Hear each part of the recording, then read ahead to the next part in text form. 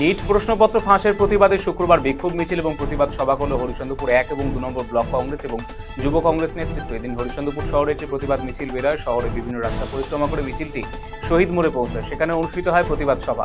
সভা থেকে নিট প্রশ্নপত্র ফাঁসের নিরপেক্ষ তদন্তের দাবি তোলা হয়। পাশাপাশি কেন্দ্রীয় শিক্ষামন্ত্রী ধর্মেন্দ্র প্রধানের পদত্যাগের দাবি করা হয়। প্রায় 3 কেজি ব্রাউন সুগার সহ 2 মাদক কারবারিকে গ্রেপ্তার করল মালদার ইংরেজবাজার থানা পুলিশ। গোপনে পাওয়া খবরের ভিত্তিতে বৃহস্পতিবার রাতে ইংরেজবাজার থানা পুলিশ বাধাপুকুর মোড়ে হানা দিয়ে সন্দেহজনক 2 ব্যক্তিকে আটক করে। তাদের তল্লাশি চালাতে উদ্ধার হয় প্রায় 3 কেজি ব্রাউন সুগার। ধৃতদের নাম রাজেশ মণ্ডল, রতন মণ্ডল। ধৃতরা কালিয়াচকের মল্লিকপাড়া এলাকার বাসিন্দা। মহাসাড়ম্বরে কালিয়াগঞ্জে পালিত হলো উল্টো রথ উৎসব। শুক্রবার বিকেলে ভক্তদের জয় জগন্নাথ ধ্বনিতে মুখরিত হয়ে উঠল সমগ্র রাজপথ। জগন্নাথ দেব, বলভদ্র, সুভদ্রাকে পূর্ণ মর্যাদায় মাসিবাড়ি থেকে নিজ ধামে ফিরিয়ে আনার ব্যবস্থায় নামল ভক্তদের ঢল।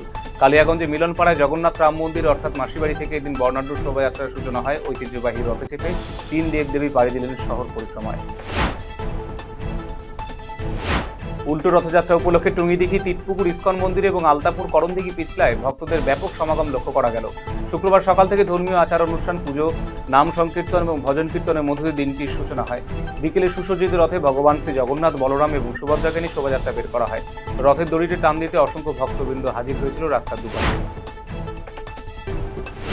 গাজলে শান্তিপূর্ণভাবে পালিত হলো উল্টো রথযাত্রা। গাজলে ধর্মতলা মোড় সর্বজনীন জগন্নাথ মন্দির কমিটির উদ্যোগে, গাজল শালবনা শ্রী চৈতন্য অনাথ শিশু আশ্রমের উদ্যোগে বর্ণাঢ্য অনুষ্ঠানের মধ্য দিয়ে উল্টো রথযাত্রা অনুষ্ঠিত হলো। গাজলে সরকারপাড়ায় গন্ডিচা মন্দির অর্থাৎ রায়বাড়ি থেকে কার্নিভাল শুরু হয়। এদিনে কার্নিভালে 20টি রথ অংশগ্রহণ করেছিল। গাজল শহর পরিক্রমা করে নিজ নিজ মন্দিরে গিয়ে ফিরে যায় রথগুলো।